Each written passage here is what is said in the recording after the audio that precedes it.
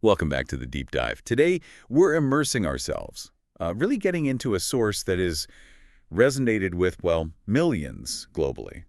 Paulo Coelho's modern fable, The Alchemist. Yeah, it's true. And we have the full text right here, which is great. Everything from, the author's own reflections on its journey, all the way to the final kind of poignant moments of Santiago the shepherd boy's quest. Exactly. It's a story that feels, I don't know, both simple and somehow profound at the same time. It does. And while lots of people have read it, our mission here in this deep dive is to go beyond just, retelling the story. Right. We really want to dig in and extract those core nuggets of wisdom, maybe some surprising details, and those key insights into themes like destiny, courage, transformation. We're going to try and unpack what the author and the journey itself are really trying to reveal. And like always, we're doing it just for you, our listener. Okay, let's dive in. Okay, so let's start at the beginning. Our source kicks off with Paulo Coelho's own introduction, and it's actually a really fascinating look at his surprise, his genuine surprise, over the book's massive unexpected success. Yeah, he talks about the disbelief of his first publisher, how it had this quiet release initially, Mhm. and then it just gradually spread. Like globally, he started seeing influential people reading it. It got translated into so many languages. He really wonders, what was the secret? And his answer, his conclusion, it's pretty central to the whole book's philosophy, isn't it? Absolutely. It's all about being aware of and pursuing our personal calling. That's the term he uses. Personal calling. He defines it as God's blessing, like our specific path here on earth. Following that inner legend, that thing that brings this feeling of deep enthusiasm when you even think about it. Right, that spark, that little voice that says, this is it, this is what you're meant to do. Exactly that spark. But, okay, if it's this divinely guided path, shouldn't it be, I don't know, easier? Coelho says no, right? He mentions obstacles, significant ones. He does. He outlines 4 main ones right there at the start. And they're powerful because, well, they really speak to universal human fears, I think. Okay, so what's the first one? The first, and maybe the one we hit earliest in life, is being told our dream is impossible. Ah, yeah. Heard that one before. Right. From childhood, we kind of absorb this message, often from people who mean well, honestly. But it creates prejudice, fear, guilt. And it all just buries that calling deep down inside us. So it doesn't actually disappear. No, he suggests it doesn't disappear, but it gets hidden, covered up. And that makes taking that very first step maybe the hardest part. That constant background noise of be realistic, that's not practical. Yeah. Yeah, it can really weigh you down. So, okay, let's say you manage to dig through that and actually identify your calling. What's the next hurdle, Coelho points out? He calls the second obstacle love, which is interesting, right? Because you think love would be supportive. Exactly. But Coelho means the fear of hurting the people we love, hurting them by leaving or disrupting their lives, just so we can pursue our dream. He thinks we misunderstand love sometimes. We see it as a reason to stay put, to stay stagnant. But he argues true love should actually be the impetus to go forward. The push, not the anchor. Right. Trusting that the people who truly care will support your happiness, even if it means change or loving from a distance. That feels very real. That guilt, or that fear that your personal fulfillment somehow comes at the expense of someone else you care about. Okay, so what's number 3? The third one is the fear of defeats, fear of failing along the way. Okay. Coelho suggests that people who are really fighting for their dream, they suffer more acutely when they face setbacks because their whole heart is in it, Right, there's no easy out, no, oh, I didn't really care anyway. Exactly. The path is full of challenges. It demands patience, trust, even when things look really bleak. And he introduces that idea here, that the universe is still conspiring in your favor, even through the tough stuff. It's like a test of faith then.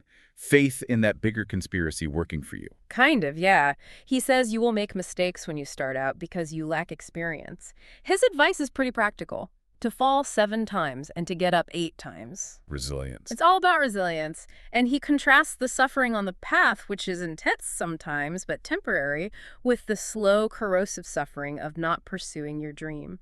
That kind of suffering can lead to bitterness over years and years. Oof. Yeah, that slow decay definitely sounds worse than a few sharp falls. Yeah. Okay, so you've navigated the initial doubts, the fears about love, you've endured some defeats, you're getting closer to your dream. What's the final obstacle? Coyle calls this one the most insidious, right? He does. The fear of actually realizing the dream itself. That seems backward, after all that struggle. I know. He calls it the most dangerous. He even quotes Oscar Wilde. Each man kills the thing he loves. Getting what you've always wanted can trigger this weird guilt or a sense of unworthiness, especially when you see others who tried and failed.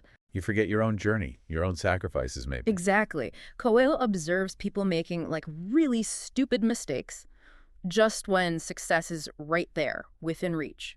They effectively sabotage themselves. Wow, that self-sabotage, rooted in feeling like you don't deserve it. Yeah, and Coelho gives it this saintly aura, he calls it. This idea that renouncing personal joy or achievement is somehow noble or spiritual. But he argues against that. He says believing yourself worthy and actually pursuing your personal legend makes you an instrument of God. You're contributing to the soul of the world. Your worthiness is actually tied to fulfilling your purpose. So right from the get-go, Coelho sets us up with these really deep concepts, the calling, the obstacles, the sort of spiritual stakes involved. And then just before the main story starts, we get the prologue. It's short, almost poetic. It is. It's the legend of Narcissus, but with a really significant twist. Right, the classic myth is pretty simple. Narcissus falls in love with his own reflection in a lake, falls in, drowns, flower grows. Done. But in Coelho's version, after Narcissus dies, the forest goddesses find the lake weeping. And they assume, naturally, that the lake is crying for Narcissus's lost beauty, which only the lake really got to see up close. Makes sense. But the lake says, no, that's not it. It claims it never even noticed Narcissus was beautiful. Oh, so why was it weeping? It wept because each time Narcissus knelt by its banks, the lake could see its own beauty reflected in Narcissus's eyes. Whoa. Okay, that's a twist. It's a subtle shift, but it totally reframes the core theme, maybe. Is the focus supposed to be outward, on the thing we desire, the pyramids, the treasure, Fatima, or is the real point what gets reflected back at us during the pursuit? The discovery of something inside ourselves, or maybe inside the soul of the world itself. It really sets the stage for a journey that's as much about self-discovery as it is about reaching a destination. Exactly. That Narcissus twist is clever. Okay, with that idea that the treasure might be more than just gold, let's meet Santiago, the shepherd boy, beginning of part 1. Right. We find him seeking shelter with his sheep in this ruined church. There's a sycamore tree growing up through the old sacristy. Picturesque. Yeah. And we learn he's been a shepherd for 2 years. It was a life he chose over becoming a priest, specifically because he wanted to travel. And that choice itself feels important. He went against his parents' wishes, their desire for him to have a respectable, stable life as a priest. But he saw something in his father's eyes, didn't he? Like a buried dream of travel. Yeah, and his father's blessing, giving him the money for the flock, felt almost like passing on that unlived dream. So Santiago is already kind of living a small personal legend just by choosing his own path. He seems pretty content at first. He sees the world as huge and inexhaustible, loves the freedom of his travel, but then as he's thinking about visiting a merchant's daughter in the next town... Ah, yes, the daughter. He feels this new unsettling desire, the thought to live in one place forever. Which immediately clashes with his love of wandering. Right, it brings up that potential conflict.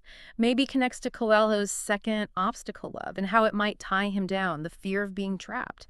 He even feels a pang in his heart, imagining a baker might be a rival suitor for her, representing that stable, settled life he might give up his travels for. It's a really crucial moment of internal conflict happening right before he has that recurring dream. The dream, yeah. He dreams he's with the sheep, and a child appears, plays with them. And then takes his hands and transports him to the Egyptian pyramid. Exactly. And there, at the pyramids, the child says, "If you come here, you will find a hidden treasure." But just as the child is about to show him the exact spot, poof, he wakes up. And this is the second time he's had this exact dream in this same ruined church. Naturally, he thinks, okay, maybe I should get this interpreted. He finds an old gypsy woman in Tarifa. He's a bit wary at first, right? Remembering childhood stereotypes about gypsies? Yeah, but he sees an image of the Sacred Heart of Jesus in her room, which reassures him a little. Her method is pretty traditional, reading his palms, but she also prays. She senses his fear right away and confirms that dreams are indeed the language of God. She says she can interpret dreams when God speaks plainly, but some dreams are in a language only the dreamer's soul gets. Right, and her payment is key. Ah, yeah, the payment. 1/10 of the treasure, if he finds it. He laughs, kind of relieved by the if. But she makes him swear on the image of the Sacred Heart, emphasizing the dream is very difficult to interpret, which confuses him because it seems straightforward. And this leads to her saying something profound about simplicity. It's the simple things in life that are the most extraordinary. Only wise men are able to understand them. The difficulty isn't the message, she implies, but people's tendency to overcomplicate or dismiss simple truths. And she charges because interpreting dreams is her art, her skill. But she doesn't claim she can help make it happen. She lives off her daughters, reinforcing that she's just a catalyst, maybe, not the enabler. Exactly. She gives him the information, points the way, but the journey, the work, that's all on him. So he leaves, feeling disappointed, actually. Tries to forget the dream, focuses on getting ready to meet the merchant's daughter, buys a new book, sort of prepares himself for that potentially settled life. And it's right then, in that state of trying to ignore the call, that he meets Melchizedek, the king of Salem. The mysterious old man on the bench in the plaza. Yeah. He just sits down next to Santiago and immediately pegs the boy's struggle. Calls his book irritating because it talks about people's inability to choose their own personal legends. And he drops that bombshell concept, the world's greatest lie. Which he defines as that at a certain point in our lives, we lose control of what's happening to us and our lives become controlled by fate. Santiago pushes back at first. Right. Saying he chose to be a shepherd, he took control. He does, and the old man sort of commends him for that choice, hinting he knows more than Santiago's letting on. And then comes that moment of proof. Yeah. The big reveal. Right. The old man asks about his sheep. Santiago's a bit cagey. So the king just casually writes Santiago's entire personal history in the sand. Parents' names, the seminary he attended, the merchant's daughter's name, which Santiago didn't even know the king knew. Even private thoughts. Yeah, it completely confirms this guy is extraordinary, that he has some kind of power, and then there's that flash of blinding light from his chest. Which we later find out is his breastplate, covered in jewels. Exactly. It validates his claim, King of Salem. And he tells Santiago why he appeared at this exact moment. Because Santiago has succeeded in discovering his personal legend. And is about to get it all up, just as he's tempted by the settled life. Precisely. He defines personal legend here as what you have always wanted to accomplish. Something everyone knows when they're young, when everything seems possible, before that mysterious force convinces them it's impossible. He clarifies that force isn't necessarily evil, though. Right. It actually shows you how to realize your legend. It prepares your spirit and your will. And this connects to what he calls a great truth. When you truly want something, the desire itself originated in the soul of the world. So it's not just a personal whim, it's like a cosmic assignment. Exactly. It's your mission tied to the universe's purpose. Realizing your PL is your only real obligation because the soul of the world is nourished by people's happiness. And interestingly, also by their unhappiness, envy, jealousy. Wow. So it feeds on all intense human experience. Seems like it. And then comes maybe the most famous line from the book. And when you want something, all the universe conspires in helping you to achieve it. Presented as just a fundamental law of how things work.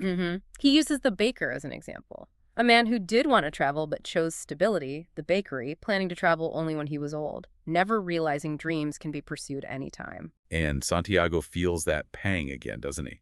Seeing a potential parallel with his own situation, with the merchant's daughter. The king confirms people often value what others think more than their own personal legend. And the king emphasizes he appears at these crucial moments, when Santiago is poised between the dream, treasure, and settling down, the girl, the sheep. He uses the miner story as an illustration. He appeared as just a stone right before the miner was about to give up, guiding him to the emerald. He shows up at the moment of greatest risk or temptation to quit. Okay, so the king offers this profound guidance. What's the price? 1/10 of his sheep. The king insists you have to pay for knowledge. He explains that promising something you don't have yet, like a share of future treasure, can actually make you lose the desire to work for it. Ah, interesting point. It's about commitment with what you do have. Right. He calls it a teaching for warriors of light. Everything in life has its price. He returns Santiago's book and tells him to bring the 6 sheep tomorrow. So Santiago is left there, feeling tense, upset, but also knowing the old man was right. He thinks about the baker again, not wanting that regret, but also worried about causing anxiety for others if he leaves. He wanders over to the ticket window for Africa, realizing Egypt is in Africa, but the thought of selling even 1 sheep just across the strait terrifies him. And the ticket seller just dismisses him, another dreamer. echoing that first obstacle again. He retreats into familiar thoughts.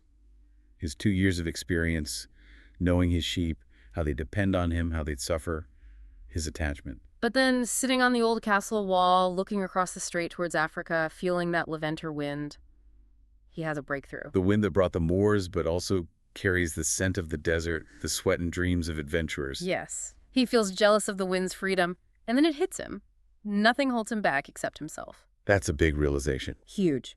He suddenly sees the sheep, the merchant's daughter, the fields of Andalusia, not as anchors, but as steps along the way towards his personal legend.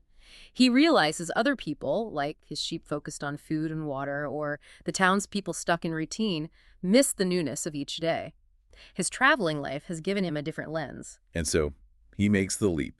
He decides. Next day, he meets the king, bringing the 6 sheep. And just then, a friend arrives and buys the rest of the flock on the spot, fulfilling his own dream of being a shepherd. A good omen. The king calls it exactly that, the principle of favorability or beginner's luck, life's way of giving you a taste of success to whet your appetite for pursuing your PL. So the king gives him the final instructions. Explicitly. Treasure in Egypt, near the pyramids, same message as the gypsy woman. He tells Santiago to follow the omens, because God has prepared the path. Just then, a butterfly flutters by another omen, reminding Santiago of his grandfather's wisdom about them. And the king shows him the breastplate again, confirming his royalty, and gives him the stones. Urim and Thummim. Black for no, white for yes. To help when he can't read the omens. But the king adds a crucial piece of advice. Try to make your own decisions when possible. Balancing external guidance and internal choice. Exactly, and he retells that story about the wise man and the drops of oil on the spoon. See the marvels of the world, but don't forget the oil. Which Santiago now understands means balancing the quest, the goal, with appreciating the journey itself, right? Melchizedek makes one last gesture, takes the sheep, vanishes, but not before expressing a touch of vanity, hoping the boy won't forget his name. So Santiago sets off, armed with the prophecy, the king's wisdom, the stones, beginner's luck. His first stop, Tangier, Africa. And boom, the universe immediately throws a major test at him. Culture shock hits hard. He feels alone, scared by the infidels, and crucially, forgets about the language barrier, Arabic. He orders some bitter tea, feeling lost, trying to cling to the king's words about the universe conspiring. He meets a young man who speaks Spanish. An omen, or so he thinks. He trusts him way too quickly, shows him all his money. He even misses the warning sign in the bar owner's obvious irritation with the young man. He's seeing the world as he wants it to be, not as it is. That mistake again. Right. He gets led away into the crowded marketplace, gets distracted for a second by a beautiful sword he thinks he might buy later, and his new friend is gone with all his money. Oh man, robbed. Just like that. Brutal. A massive test of that third obstacle. Suffering defeat. He feels shame, despair, the fear of becoming bitter and distrustful. What does he have left? Just his jacket, his book, and the stones, Urim and Thummim, in his pouch. Ah, the stones. Looking at them, he feels a flicker of relief. They're proof he met a king, a reminder of the promise, the quest. He realizes the bar owner's irritation was an omen, but he missed it because he was focused on what he would like to see happen, not what actually does. He tries using the stones, asks if the king's blessing is still with him. Gets a yes. But when he asks if he'll find his treasure, the stones fall out through a hole in his pouch. Another omen. Yeah, interpreting it as, don't ask certain things. Make your own decisions. Heed the omens you can read. It reinforces the king's advice about self-reliance balanced with guidance. And this whole disaster actually prompts a crucial shift in his perspective, doesn't it? It does. He looks around the marketplace again. It's not strange. It's just new. And he remembers he always wanted to know new places. He's traveled farther than any other shepherd he knew. So he makes a conscious choice about his identity. Exactly. Is he a victim of a thief? Or is he an adventurer seeking treasure? He chooses adventurer. He's broke, alone in a strange land, but somehow liberated, ready to embrace the quest fully without the safety net. And this new mindset, this choice, leads him directly into Act 2, working for the crystal merchant. A whole different kind of learning experience. Absolutely. He wakes up in the marketplace the next morning, penniless, but surprisingly happy. He feels free from the responsibility of the sheep, free to pursue the treasure. He decides, I'm an adventurer. He helps a candy seller set up his stall. And he notices the man's genuine happiness, realizing he makes candy because he wants to, not just out of obligation. And he feels he can now sense if someone is close to or far from their personal legend just by looking at them. It's like his intuition is sharpening. He's starting to understand that language without words, the king mentioned, connecting it back to how he understood his sheep. Right. All things are one. Then he finds the crystal merchant shop way up on a hill, looking a bit neglected. He offers to clean the dusty glasses in exchange for food, a proactive step. And as he's cleaning, 2 customers actually come in and buy something. A good omen. Yeah. The merchant sees it too. He's bound by the Quran to feed the hungry, but he also senses the boy's presence is an omen, so he offers him a job. Santiago's initial goal is practical, though, isn't it? After being robbed, the pyramids feel impossibly far away. Yeah, his first thought is, okay, work for a year, save up, buy sheep again, go home. The dream of treasure feels too painful right now. He accepts the job, asking for money to buy sheep, not to get to Egypt. He starts working, and pretty soon he suggests an improvement, building an outdoor display case for the crystal. The merchant resists. He's afraid of change. I've never had one. What if they break? He cites tradition, risks. But Santiago pushes back, using his shepherd analogy. Risks happen with sheep and snakes too, but you manage them. You don't just stop living. And the display case works. Business booms. The merchant is amazed, credits the boy's presence, calls it omens again. He admits he offered a high commission initially because he thought sales would be terrible. But he also dismisses Santiago's dream, doesn't he? Calls the pyramids just stones, implies travel dreams are kind of pointless. Yeah, he pushes back against the boy's enthusiasm. Santiago tries to explain they need to respond to omens, use this momentum, this beginner's luck. And this leads the merchant to reveal his own buried dream. His personal legend. The pilgrimage to Mecca. One of the 5 obligations of Islam. He saved money for years. Others poorer than him have gone, but he just hasn't. This is a powerful illustration of Coelho's 4th obstacle, the fear of realizing the dream. The merchant says, it's the thought of Mecca that keeps me alive. He's afraid the reality might be a disappointment. He prefers to just dream about it. Wow. So Santiago sees firsthand someone actively choosing not to pursue their deepest desire, purely out of fear of what might happen if they actually achieved it. It's a huge lesson, the cost of renunciation.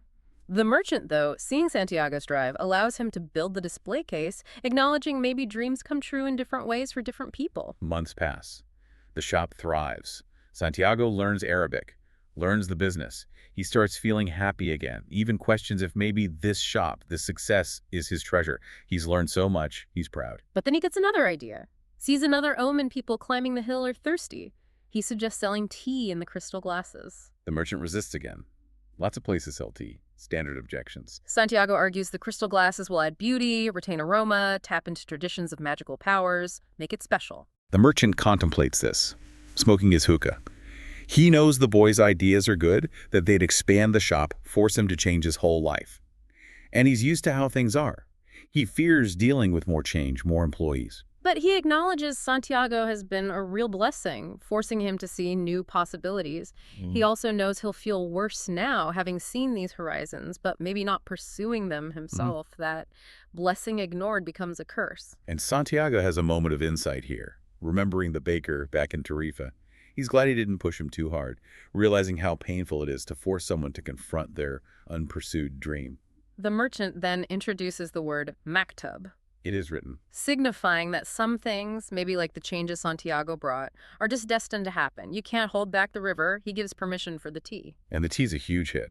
The shop becomes famous, they hire more employees, import more good. It's a massive success. Almost a year passes. 11 months and 9 days, the book says. Santiago has saved enough money to buy 120 sheep, double his original flock, plus a return ticket and an import license. He's ready to go home. He tells the merchant he's leaving, thanks him, mentions he even has enough for the merchant to go to Mecca too. The merchant is silent for a moment. Then he says he's proud of Santiago.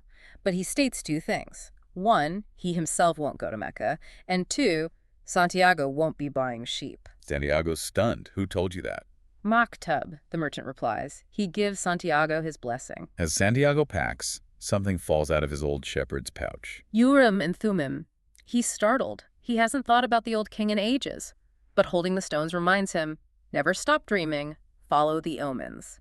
He realizes his year of work wasn't a detour, it was itself an omen, telling him it was finally time to go to the pyramids. He has this internal conflict again, briefly. go back to the familiar shepherd life. But the thought makes him unhappy. That dream feels less important now. Maybe it wasn't the real dream after all. He considers just staying, being like the merchant, forever dreaming of Mecca but never going. But holding Urim and Thummim, he feels the king's strength, his will returning. And then a coincidence happens, another omen. He finds himself standing here, the very bar where he was robbed on his first day in Tangier. It clicks. He realizes he can always go back to being a shepherd or even a crystal merchant, but he might never get another chance to go to the pyramids. He remembers the wise king, the breastplate, how the king knew his past. He's not back where he started. Despite the year, he's actually 2 hours closer to his treasure now. And suddenly, he's filled with joy again. He has a dream, he met a king, he learned so much. That doesn't happen to just anyone. He decides, find the supplier's warehouse, ask about caravans heading into the desert. He holds Urim and Thummim, feeling the king's presence again, back on the path to his treasure, remembering the promise. I am always nearby when someone wants to realize their personal legend. So, ready once more, recharged, he heads to the warehouse. And there, he meets a very different kind of seeker. The Englishman. Right. The Englishman is sitting there amidst all the noise and dust. He's a scholar, totally absorbed in his books. His quest is for the alchemist. He's searching for the one true language of the universe, studying alchemy, seeking the masterwork, the philosopher's stone, and the elixir of life.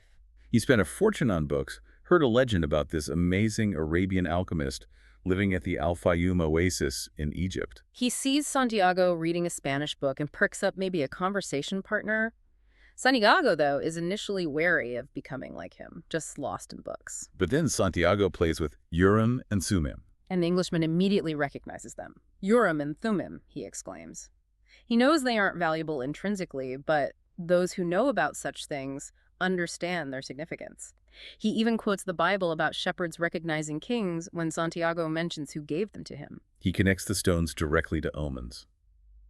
Maybe this is an omen, he says. His own search is for the universal language, and he believes everything in life is an omen. He's looking for an alchemist who knows this language. And right at that moment, the warehouse boss shouts that a caravan is leaving today for Al-Fayoum, which is in Egypt. Talk about timing. A good luck omen, the Englishman declares. He sees luck and coincidence as the universe speaking its language. He suspects Santiago might also be seeking the alchemist. Santiago admits he's looking for treasure, feels a bit foolish saying it. But the Englishman sees it as similar. In a way, so am I. They join the caravan. The leader lays down the law. He has the power of life and death. The desert is unpredictable. Swear by your God to follow orders. Disobedience means death. A murmur of oaths goes up. Santiago swears to Jesus Christ. He feels he understands now that mysterious chain linking everything, shepherd, dream, king, robbery, merchant, all leading him closer to his personal legend. The closer one gets, the more that personal legend becomes his true reason for being. Life in the desert caravan settles into a routine. Travel morning and late afternoon, halt at midday. Silence dominates, contrasting with the noisy departures. Santiago learns from the desert now, like he learned from his sheep in the crystal. The wind from Tarifa reminds him of his sheep, but he accepts they're no longer his. He thinks of the merchant's daughter, assumes he's probably married by now, and accepts moving on from that too. He starts to experience this intuitive understanding. The book calls it a sudden immersion of the soul into the universal current of life. He feels how all histories are connected, knows everything because it's all written there. He thinks Mike Tubb, remembering the crystal merchant. He notices the desert's features, the detours the caravan takes, how it always moves towards the same point, guided by an oasis star. The Englishman is oblivious, lost in his books. Santiago actually discards his own book. He finds it more interesting to just observe the caravan, listen to the wind, learn about his camel. He befriends the camel driver. Yeah, the camel driver shares his story. He used to have an orchard near Cairo, fulfilled his obligation to go to Mecca, then a flood destroyed his land. He had to become a camel driver. And the lesson he learned from disaster. People need not fear the unknown if they are capable of achieving what they need and want. Fear disappears when you understand that your life and the world's history were written by the same hand. They meet other caravans, exchange news, goods. It reinforces that feeling that everything were indeed written by one hand.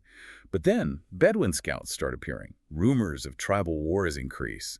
Fear enters the caravan, a palpable thing, that language without words again. The camel driver tells Santiago not to worry about danger.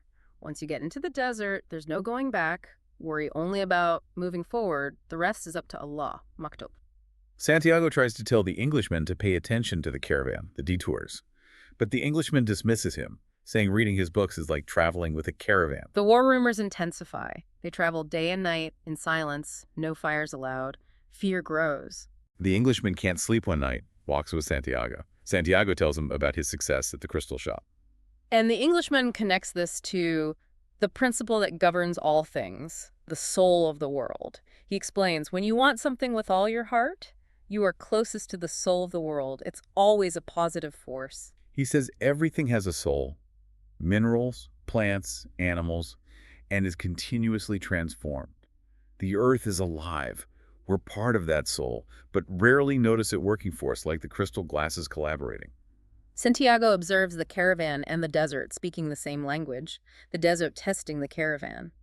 Courage isn't enough. You need to understand the language. He calls it the magic of omens, how the guides read signs, how the soul of the caravan speaks to the soul of the desert. They make a deal. The Englishman will pay attention to the caravan, and Santiago will try reading his alchemy books again. The books are dense, full of strange terms, mercury, salt. But they keep repeating that core idea. All things are the manifestation of one thing only. He learns about the emerald tablet, the most important text, supposedly just a few lines written on an emerald. The Englishman is proud to teach him this, but Santiago asks, if it's so simple, why are there so many complicated books?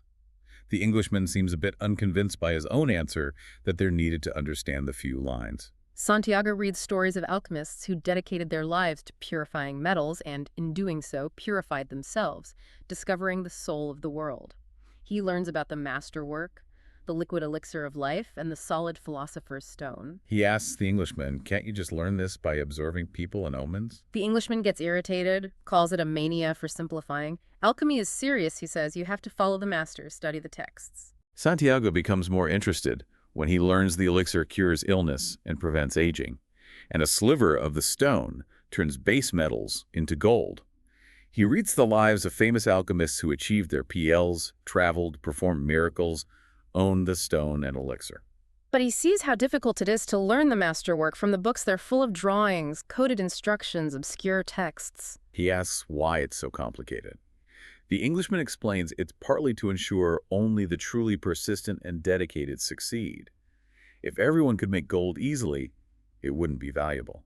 That's why the Englishman is seeking a true alchemist, someone to help decipher the codes. Meanwhile, the Englishman, trying to pay attention to the caravan as promised, learns only that talk of war is increasing. He doesn't seem to grasp the deeper language Santiago is sensing. Santiago returns the books. The Englishman asks if he learned anything. Santiago summarizes. The world has a soul. You need to understand the language of things. Alchemists realized their PL and found the soul of the world, the stone, the elixir.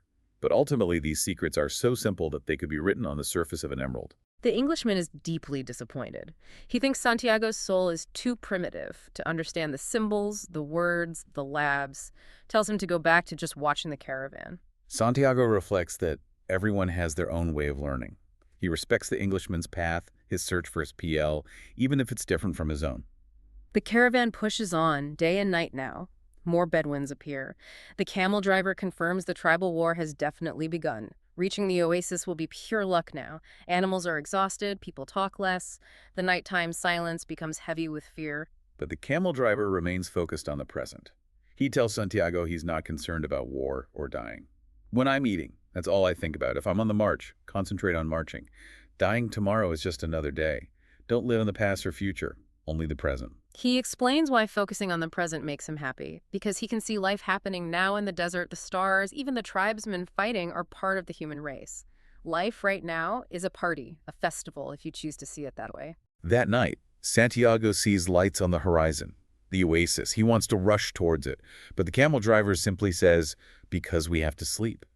Discipline, even in the present moment. They arrive at sunrise. The oasis, Al-Fayoum, is huge, way bigger than Santiago imagined. Endless date palms. The Englishman is excited, thinks of 1001 Nights.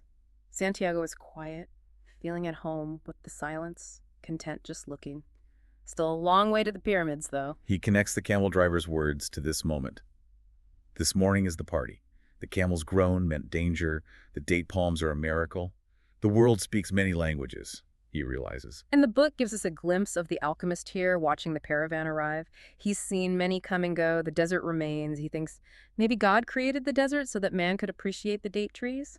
He knows his student is in this caravan, recognizes him with his practiced eye. He knows the secrets must be passed by word of mouth because people forget the language of the world when they focus only on pictures and words. So the oasis.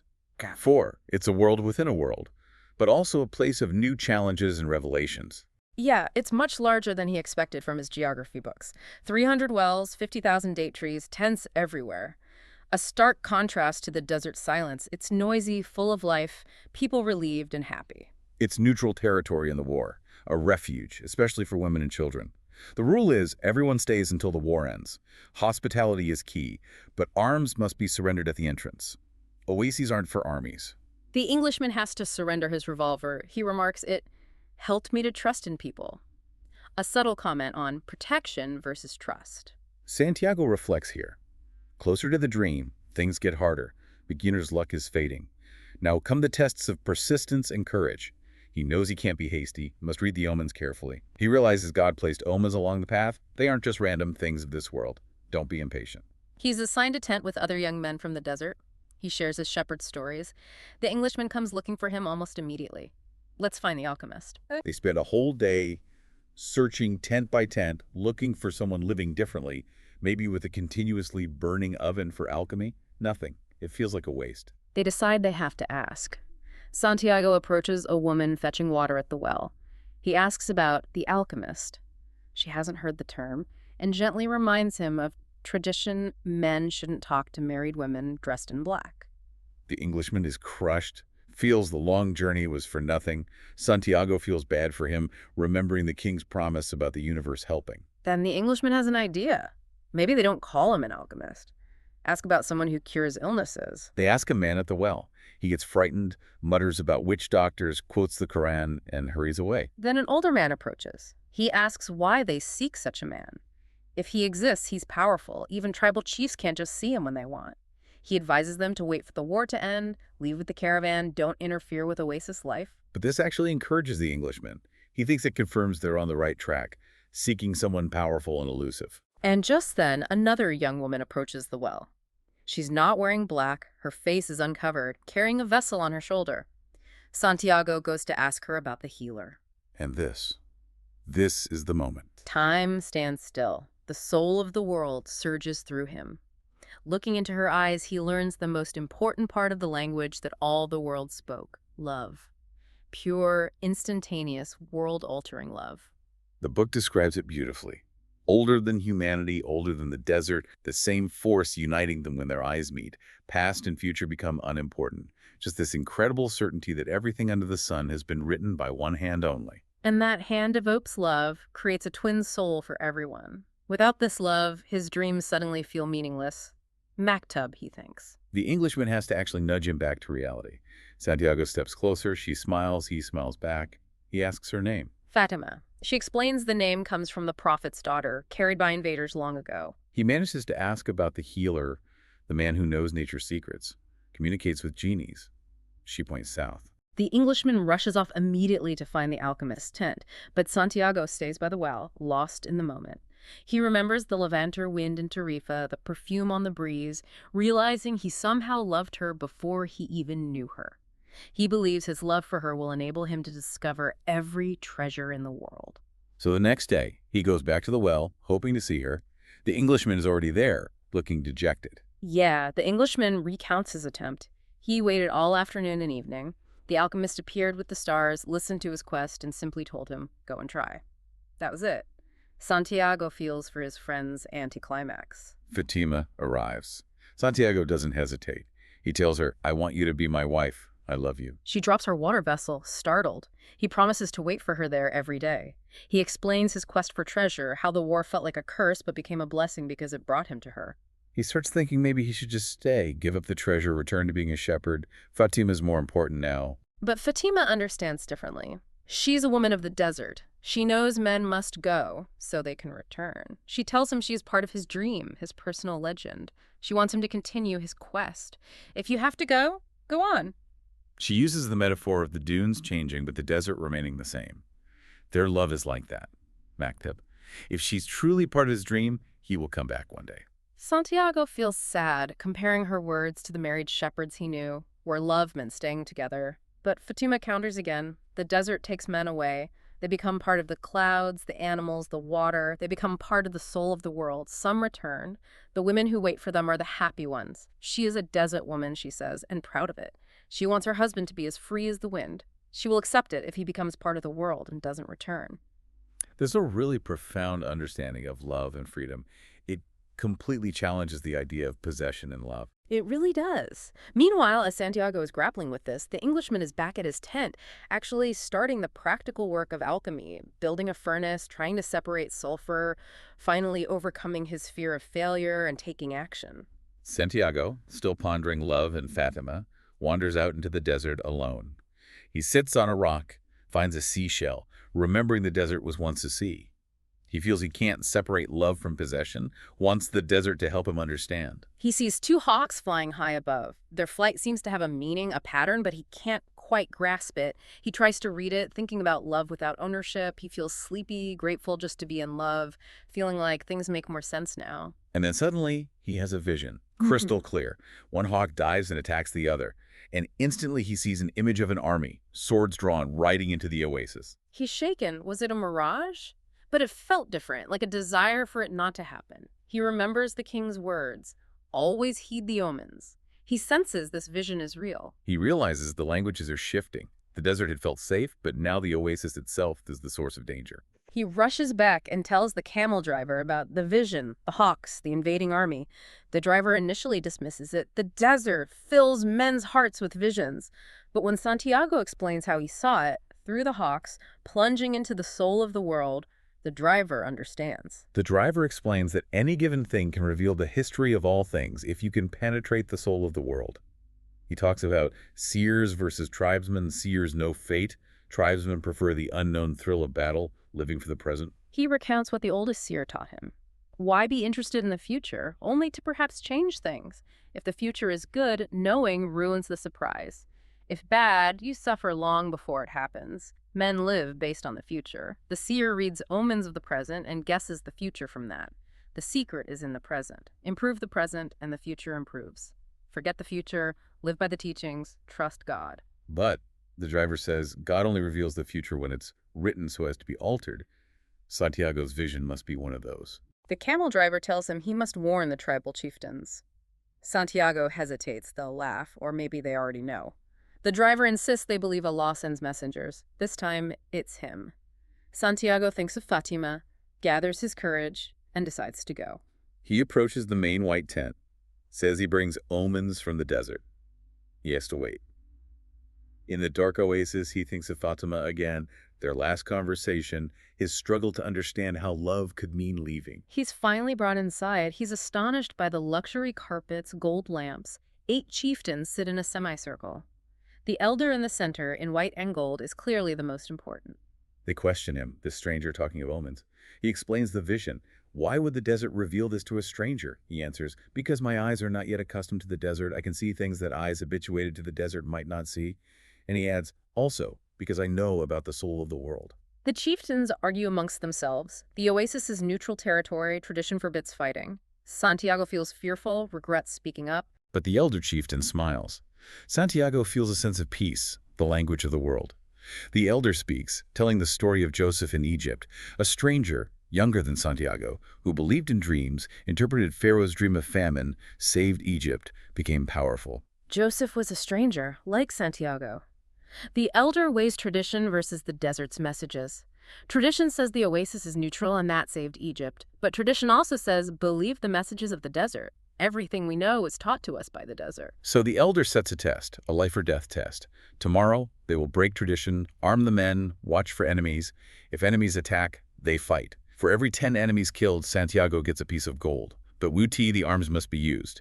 If by sunset no attack has come and even one weapon remains unused, it will be used on Santiago. Santiago leaves the tent, completely alarmed. He reached the soul of the world, and the price is potentially his life. It's a terrifying gamble.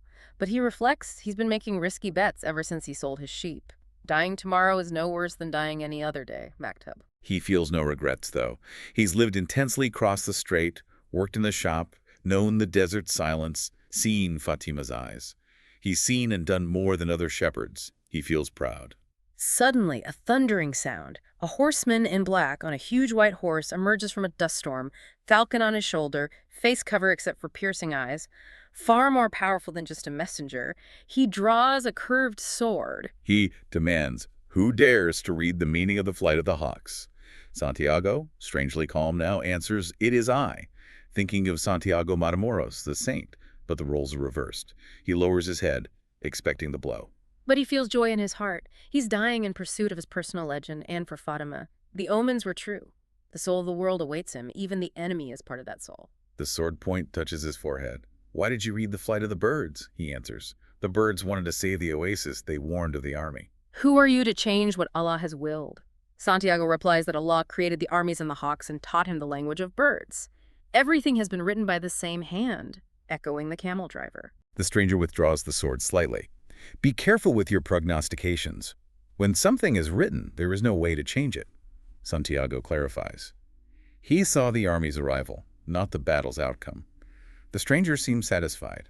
What is the stranger doing in a strange land? Santiago answers, following his personal legend, adding, "It's not something you would understand." Bold. The stranger sheathes his sword. "I had to test your courage," he says. "Courage is the quality most essential to understanding the language of the world." Santiago hears echoes of the old king again. He advises Santiago not to let up, to love the desert but never fully trust it because it tests everyone and kills those who get distracted. He signals with his whip pointing south. Santiago shouts, "Where do you live?" And the stranger reveals himself. He is the alchemist. Santiago needs to find him there, if he survives the next day's test. The next morning, it unfolds just as the vision foretold. 2,000 armed Oasis men hide among the palms. 500 tribal warriors appear, expecting an undefended target, attack an empty tent. The Oasis men spring the trap, surround them, kill all but the commander within half an hour. Women and children were kept safe elsewhere. It returns to a normal day, except for the bodies. The captured commander is brought before the chieftains. He explains they were starving, desperate, decided to take the Oasis by force. The elder chieftain expresses regret but says tradition is sacred. The commander is condemned to death, but without honor hanged, not killed by blade or bullet. Santiago is called before the chieftains. He's given 50 pieces of gold, 5 for each 10 dead men. The elder repeats the story of Joseph and asks Santiago to become the counselor of the Oasis. That sunset, Santiago heads south towards the place the alchemist indicated. He finds a single, isolated tent. Arabs nearby whisper it's inhabited by genies. He waits. When the moon is high, the alchemist rides up, carrying 2 dead hawks, the same ones from the vision. Santiago announces himself. The alchemist asks why he's there. Is it his PL? Santiago explains the war makes crossing the desert impossible now. He enters the tent. It looks surprisingly normal. No bubbling vials or strange apparatus. Books, a stove, carpets with intricate designs. The alchemist offers him wine made from the dates. Santiago hesitates about the wine, but the alchemist says, "It's not what enters men's mouths that's evil. It's what comes out of their mouths that is." A neat twist on religious rules. The alchemist says he knew Santiago was coming because the omens told me. The wind told me you would be coming. And he says he needs Santiago's help. Santiago is confused. The wind spoke of the Englishman needing help. The alchemist confirms the Englishman is on the right track, understanding the desert now, but has other things to do first. He looks at Santiago. When a person really desires something, all the universe conspires to help that person to realize his dream. Echoing the king again. He confirms he's another person sent to help Santiago on his PL quest. Santiago asks for instruction, ready to learn secrets. But the alchemist says, "No, you already know all you need to know. I am only going to point you in the direction of your treasure." Santiago argues again about the tribal war. The alchemist knows. Santiago says he thinks he already found his treasure, the camel he bought, the money from the crystal shop, the gold pieces he just received. The alchemist points out none of that came from the pyramids. Santiago counters, "I have Fatima. She is a treasure greater than anything else." The alchemist simply replies, "She wasn't found at the pyramids either." Ouch, tough love. They eat and drink in silence for a bit. Then the alchemist gives advice, "Rest like a warrior before battle." And crucially, wherever your heart is, there you will find your treasure. He insists Santiago must find the actual treasure so that everything he's learned on the journey can make sense. And some practical advice. Sell a camel. Buy a horse. Camels are treacherous. Turn suddenly. Horses tire gradually. You know what to ask of them. So begins Act 5, the journey with the alchemist, where the lessons get deeper and the fears become more profound. The next night, Santiago arrives at the alchemist's tent with a horse. The alchemist is ready, his own horse saddled, falcon on his arm. First instruction: show me where there is life out in the desert. Why? Because only those who can see such signs of life are able to find treasure. Santiago feels fear, uncertainty.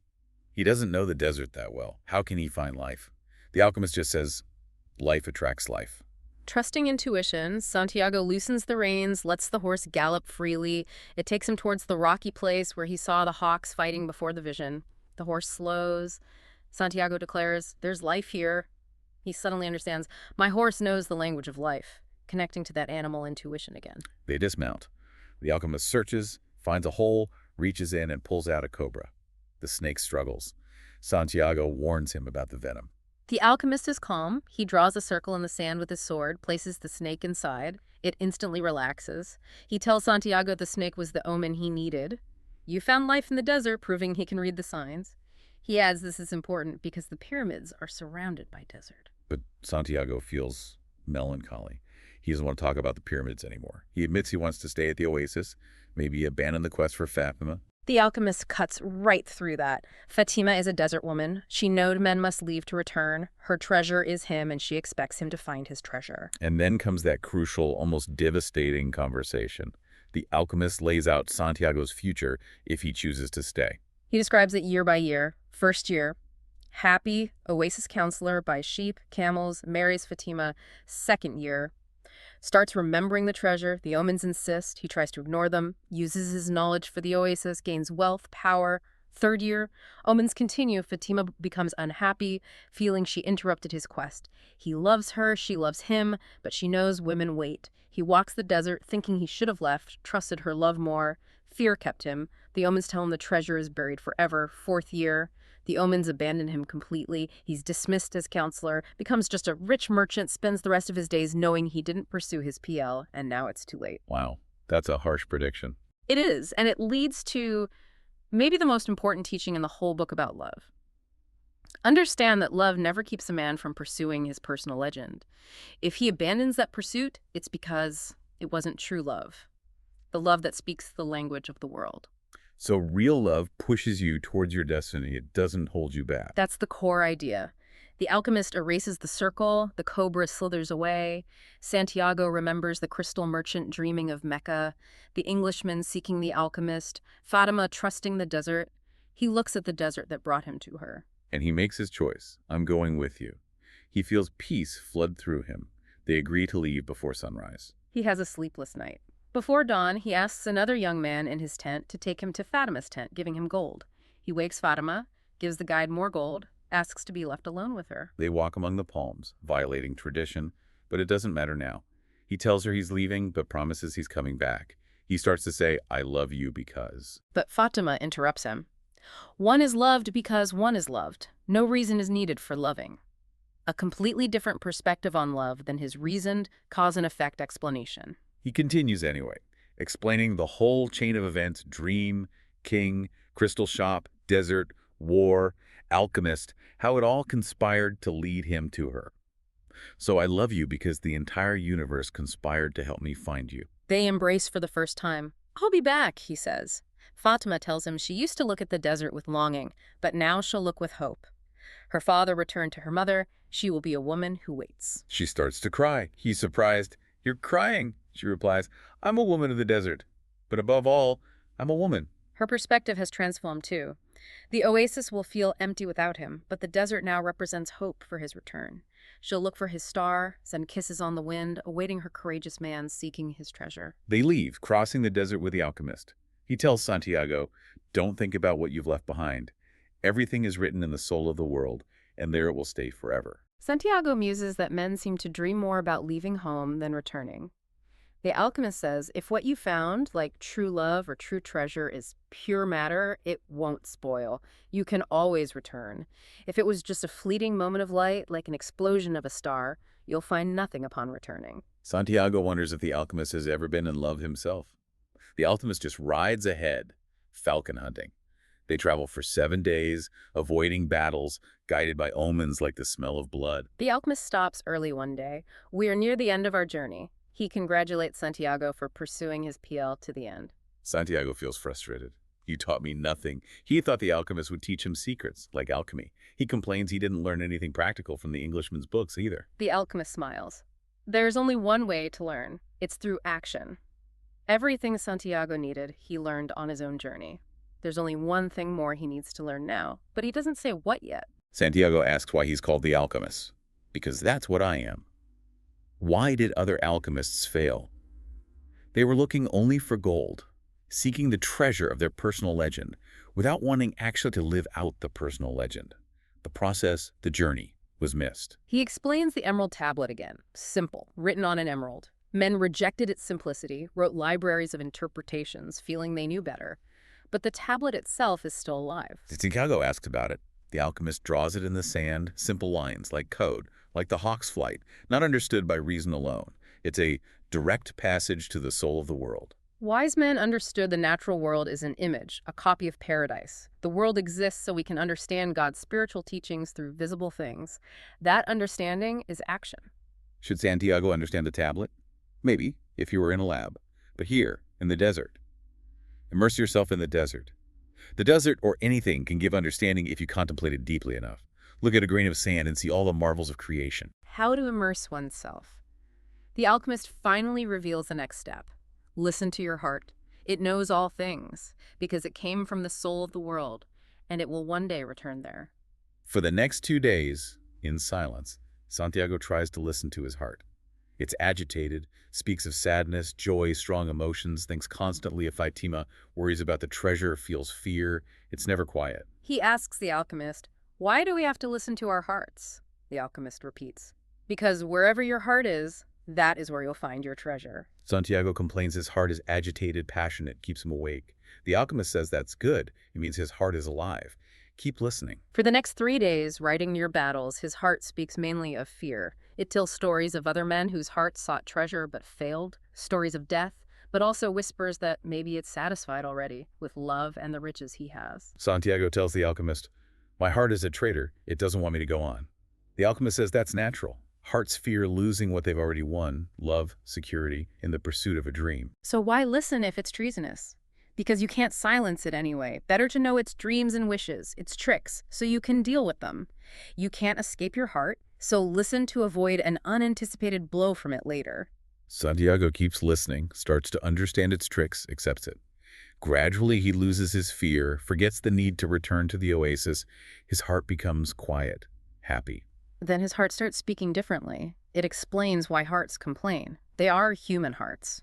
People fear pursuing dreams because they feel undeserving or unable to achieve them. So hearts become fearful, speaking of loved ones left behind, missed moments, hidden treasures never found. When these things happen, the heart says, we suffer terribly. Santiago tells the alchemist, "My heart is afraid of suffering." The alchemist gives another key teaching. Tell your heart that the fear of suffering is worse than the suffering itself. And crucially, no heart has ever suffered when it goes in search of its dreams, because every moment of the search is a second's encounter with God and with eternity. Santiago repeats this to his heart. It falls quiet for a whole afternoon. The next day, it speaks again, but now from the soul of the world.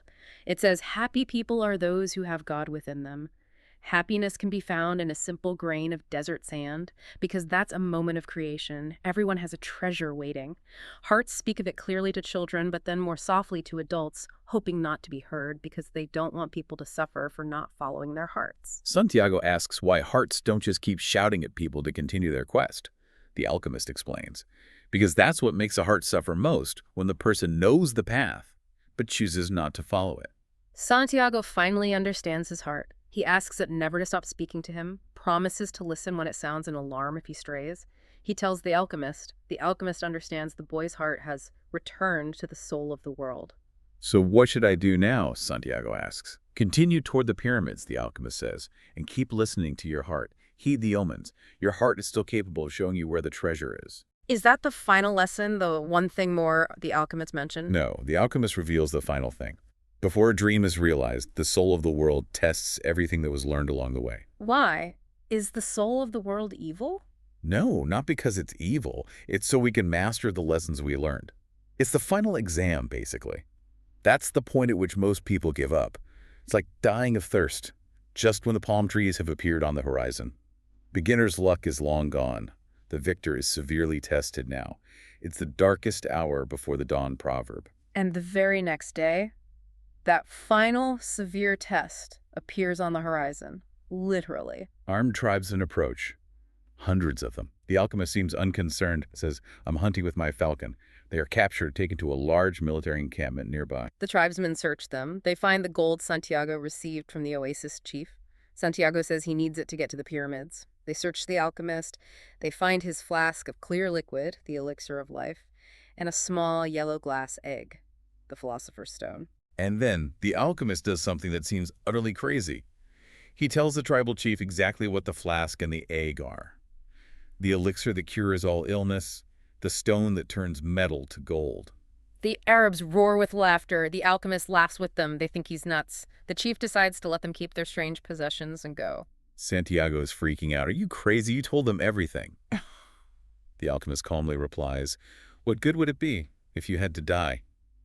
Your money saved us for 3 days. It's not often that money saves a person's life." But their troubles aren't over. The chief is intrigued. He wants to see the famous alchemist's power. He says he's heard alchemists can command the wind. He demands Santiago prove it, turn himself into the wind within 3 days, destroy the camp, or they both die. Santiago is terrified. He has absolutely no idea how to turn himself into the wind. The alchemist pours some tea on his wrists, mutters something Santiago doesn't understand. He tells the boy, "Don't give in to your fears. If you do, you won't be able to talk to your heart." Santiago insists, "I don't know how." The alchemist replies, "You have to learn. Your life depends on it. And if you can't, well, you'll die trying to realize your personal legend. And that's better than dying like millions who never even knew they had one. Sometimes the threat of death makes people more aware of their lives." The first day passes. A battle happens nearby. Wounded soldiers are brought back. One tells Santiago death doesn't change much. Santiago still has no clue. The alchemist reminds him the world is the visible part of God. Alchemy brings spiritual perfection to the material. He calmly feeds his falcon. Santiago cries, "If I fail, we both die. Why are you feeding your falcon?" The alchemist replies, "You might die. I know how to turn myself into the wind." Cold comfort. Second day. Santiago climbs a high cliff overlooking the camp. The guards let him. They're afraid of the sorcerer now. He spends the whole day just looking at the desert, listening to his heart. He realizes the desert senses his fear. They speak the same language. Fear. Third day. The chief and his officers climb the cliff to watch the show. Santiago tells them to sit down. It might take a while. The chief replies, "We are men of the desert. We're in no hurry." Santiago looks out at the vast desert mountains, dunes, rocks, resilient plants. He realizes he only knows a tiny part of it. But it brought him the Englishmen, caravans, wars, the oasis, Fatima. He starts to talk to the desert. "Somewhere you are holding the person I love. I need your help so I can turn myself into the wind." The desert asks, "What is love?" Santiago explains love through the falcon's flight, knowing the terrain, being generous. The falcon's beak carries bits of the desert. The desert provides water for the game. The falcon hunts. The falcon takes the game. It's a cycle. That's how the world goes. The desert asks, "So is that what love is?" Santiago says yes. It's what makes the game become the falcon become man, and man, in his turn, the desert. It's what turns lead into gold and makes the gold return to the earth. This grand cycle of love and transformation. The desert says it doesn't understand the words, but it understands he needs to get back to the woman. "That's why I have to turn myself into the wind." The desert offers its sand to help the wind blow, but says it can't do it alone. He must ask the wind. A breeze springs up. Down below, the tribesmen watch nervously. The alchemist smiles faintly. Santiago speaks to the wind. The wind already knows his conversation with the desert. Winds hear everything. Santiago asks for help, reminding the wind it carried his loved one's voice to him once. The wind asks who taught him these languages. "My heart," Santiago replies. The wind boasts of its power, its freedom, how it's stronger than the desert, impossible to harness. It says they are different things. It can't make him the wind. Santiago argues back, not true. He's learned secrets. He has the winds, deserts, oceans, stars, everything created inside him. They were made by the same hand, share the same soul. He wants to be like the wind, reach everywhere, find his treasure, carry the voice of the woman he loves. The wind hears his conversation with the alchemist too, about personal legends, how people can't turn into wind. Santiago challenges it. Teach me for just a few moments. Let's talk about the limitless possibilities of people and winds. The wind is curious, irritated by limitations, but admits it knows nothing about love. It says people speak of love while looking to the heavens. Maybe ask heaven. Santiago pleads, help me then. Create a sandstorm so strong it blots out the sun so I can look to heaven without being blinded. The wind obliges, blowing a furious simum, stronger than ever before. Down in the camp, it's chaos. Sand everywhere, tents ripped, animals panicked, men clinging to each other. The commanders beg the chief to stop this. The chief refuses. He wants to witness the greatness of Allah, see a man turn to wind. He notes his commander's fear. High above, Santiago speaks to the sun. The sun acknowledges it sees the soul of the world, communicates with it through giving warmth and life from a distance. It understands love as this giving. Its greatest problem, it says, is that only minerals and vegetables truly understand everything as one. Creation would be a symphony of peace if it stopped on the fifth day. Santiago argues the sun doesn't know love, only observation from afar. The sixth day created man, bringing conflict, yes, but also evolution. Things transform into something better, acquire a new PL, until the soul of the world becomes truly one. He explains the purpose of alchemy, striving to be better. Lead turns to gold only when the world no longer needs lead. When we strive to become better than we are, everything around us becomes better too. He challenges the sun again. Its distance isn't love. Love is the force that transforms and improves the soul of the world. He thought the soul was perfect, but realizes it has passions, wars, because we nourish it. The world gets better or worse depending on whether we become better or worse. That's where the power of love comes, and loving makes us strive to be better. He asks the sun for help to become the wind. The sun, the wisest being, admits it doesn't know how. Who should he ask? The sun replies, speak to the hand that wrote all. The wind howls with delight. The sun's wisdom is limited. It blows even harder. Santiago turns inward, towards the hand that wrote all. The universe falls silent. He decides not to speak words. Instead, a current of love flows from his heart. A prayer without words. He understands that the desert, the wind, the sun, they're also seeking to understand the signs, follow their paths, understand the writing on the emerald. Omens are scattered everywhere, no clear reason for their appearance. All of creation doesn't know why it was created. But the hand has a reason, performs miracles, turning sea into desert, turning man into wind. The hand understands the larger design, moving the universe through 6 days of creation towards the masterwork. In that moment of understanding, Santiago reaches the soul of the world and sees that it is part of the soul of God, and that the soul of God is his own soul, and that he, a boy, can therefore perform miracles. Externally, the simum rages like never before. Legend says it blew for generations. When it finally stops, Santiago is gone from the cliff edge. He's standing on the far side of the camp, right next to a sand-covered sentinel. The men are terrified. Sorcery. Only 2 men are smiling. The alchemist, because his disciple has learned perfectly, and the chief, because he understood he had witnessed the glory of God. The next day, the general respectfully bids Santiago farewell and provides him with an escort. And so we reach Act 6, the return and the final revelation. They ride all day. Near sunset, they reach a Coptic monastery just 3 hours from the pyramids. The alchemist dismounts, sends the escort back. From here on, you will be alone. Santiago thanks the alchemist. You taught me the language of the world. The alchemist replies, I only invoked what you already knew, emphasizing again that the knowledge was always within Santiago. The alchemist knocks at the monastery gate. A monk answers. The alchemist asks in the Coptic tongue if he can use the kitchen. Inside, he performs the ultimate alchemy demonstration. He lights a fire, asks the monk for some lead. He melts it in an iron pan, takes out the yellow glass egg, the philosopher's stone, scrapes off a tiny sliver, wraps it in wax, and adds it to the molten lead. The mixture hisses, turns reddish, the color of blood. He lets it cool. While waiting, he chats with the monk about the tribal wars. The monk says they'll last for years, but God's will be done. The alchemist replies, exactly. The pan cools. The monk and Santiago stare, dazzled. The solidified lead is no longer lead. It's gold, shaped like the pan. Santiago asks excitedly, will I learn to do that someday? The alchemist says no. This was his personal legend, not Santiago's. But I wanted to show you that it was possible. They return to the monastery gates. The alchemist takes the gold disc and divides it into 4 parts. 1 part for the monk for his generosity to pilgrims. The monk protests it's too much. The alchemist warns him, don't say that again, life might be listening, and give you less the next time. A unique take on gratitude and receiving. A 2nd part for Santiago, to make up for the gold the tribesmen took from him. Santiago thinks it's much more than he lost, but wisely keeps quiet. A third part for the alchemist himself, to return to the desert where he lives, navigating the war. And the fourth part, he gives it back to the monk, telling him to hold it for the boy in case he ever needs it. Santiago insists he's close to his treasure now, he won't need it.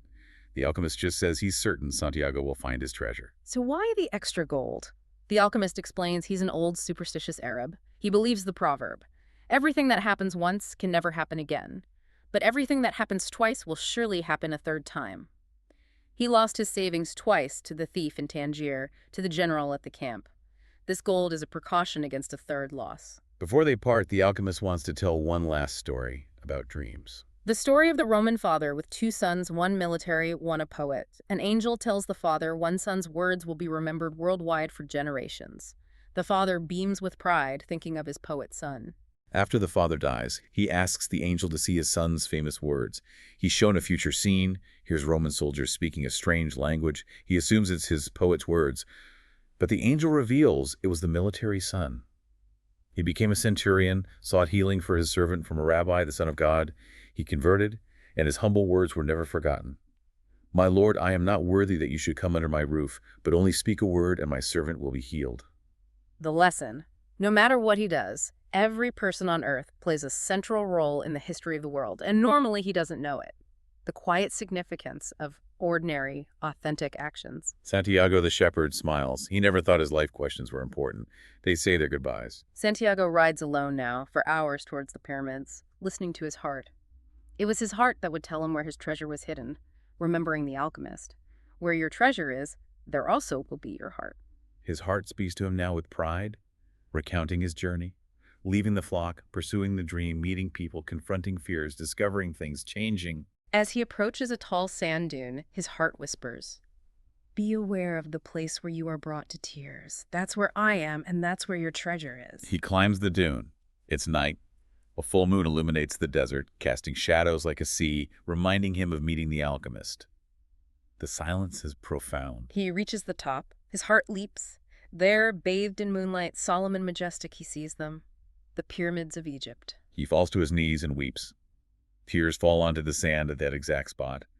He thanks God for making him believe in his PL, for the people he met, the king, the merchant, the Englishman, the alchemist, and for Fatima, realizing true love never kept him from his quest. He reflects. He could go back now, be a shepherd, be with Fatima. The alchemist lives his wisdom quietly.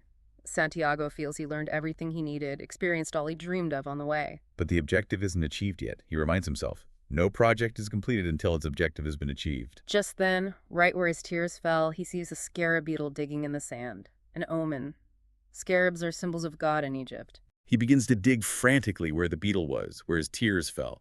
He remembers the crystal merchant's cynical remark, anyone can build a pyramid in their backyard, and realizes now how that missed the entire point. The journey was the thing. He digs all through the night, fighting the wind that blows sand back into the hole, hands raw, exhausted, listening only to his heart urging him on. Footsteps.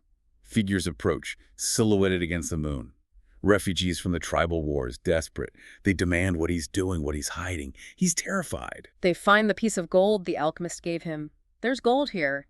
The leader's face, seen in the moonlight, has death in its eyes. He's probably got more gold hidden. They force Santiago to keep digging. He finds nothing. At sunrise, they beat him savagely. Bruised, bleeding, clothes torn. He feels death is near. He remembers the alchemist's words about money not often saving a life. His money saved him for 3 days with the alchemist, but now it attracted this deadly danger. Near delirium, he screams out the truth. "I'm begging for treasure!" He tells them about his recurring dream. The 2 times he dreamed of treasure buried here, near the pyramids. The men stop beating him. The leader looks at him with contempt. Leave him. He doesn't have anything else. He must have stolen this gold. But before they leave, the leader grabs him, shakes him. "You're not going to die. You'll live and you'll learn that a man shouldn't be so stupid." And then the leader delivers the final staggering revelation. 2 years ago, right here on this spot, I had a recurrent dream too. He dreamed he should travel to Spain, find a ruined church where shepherds slept, find a sycamore growing from the sacristy, and dig at its roots for treasure. But, the leader concludes, spitting, "I'm not so stupid as to cross an entire desert just because of a recurrent dream." They leave. Santiago slowly stands up, looks at the pyramids. They seem to be laughing at him in the morning light, and he starts laughing back, his heart bursting with joy. Because now he knew where his treasure was, back in Spain, all along. The epilogue. He makes his way back, reaches the ruined church in Andalusia at dusk. The sycamore tree is still there, stars visible through the collapsed roof. He remembers that peaceful night, long ago, disturbed only by the dream. Now he's back, with his shovel. He drinks some wine he brought, remembers the alchemist in the desert, the whole incredible journey. He thinks about the strange way God had chosen to show him his treasure. He reflects on the path, believing the dream, meeting the gypsy, the king, the thief, the merchant, Fadmia, the alchemist. The path was written in the omens, and there was no way it could go wrong. He falls asleep under the sycamore, wakes with the sun high, begins digging at the base of the tree. He talks out loud to the sky, to the alchemist. "You old sorcerer, you knew the whole story. You even left a bit of gold so I could get back to Spain." He asks, half joking, why the alchemist didn't save him from the beating at the pyramids. A voice seems to answer on the wind. Maybe the alchemist, maybe his own heart now connected to the soul of the world. No, if I had told you, you wouldn't have seen the pyramids. They're beautiful, aren't they? Underlining the absolute necessity of the journey, the experiences. Santiago smiles, keeps digging. After half an hour, his shovel hits something solid. An hour later, he unearths it, an old wooden chest, filled with Spanish gold coins, precious stones, gold masks adorned with feathers, jeweled statues, the spoils of a conquest, forgotten by some conquistador. He takes out Urim and Thummim. He realizes he only used them once that morning in the marketplace in Tarifa, before he even met the king. His life, his path had provided all the omens he needed. He places the stones in the chest. They're part of his treasure now, a reminder of the king who set him on his way. He thinks it's true. Life really is generous to those who pursue their personal legend. He remembers his promise to the gypsy woman in Tarifa, give her 1/10.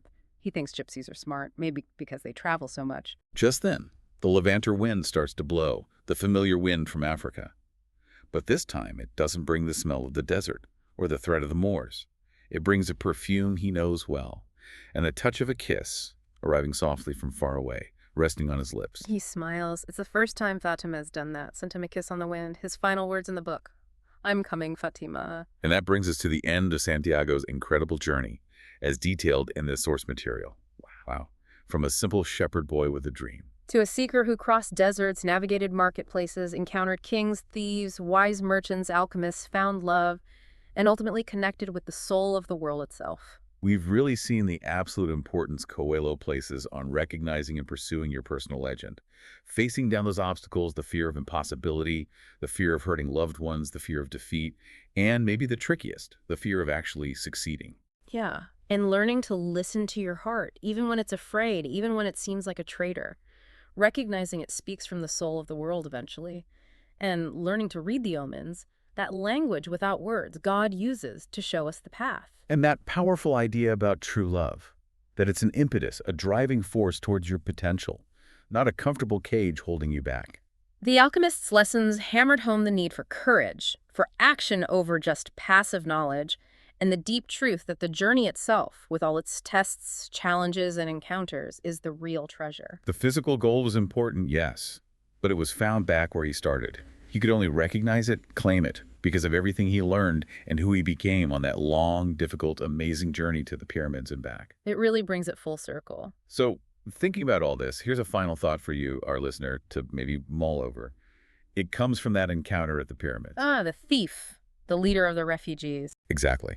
He had the exact same dream as Santiago, about the treasure under the sycamore back in Spain.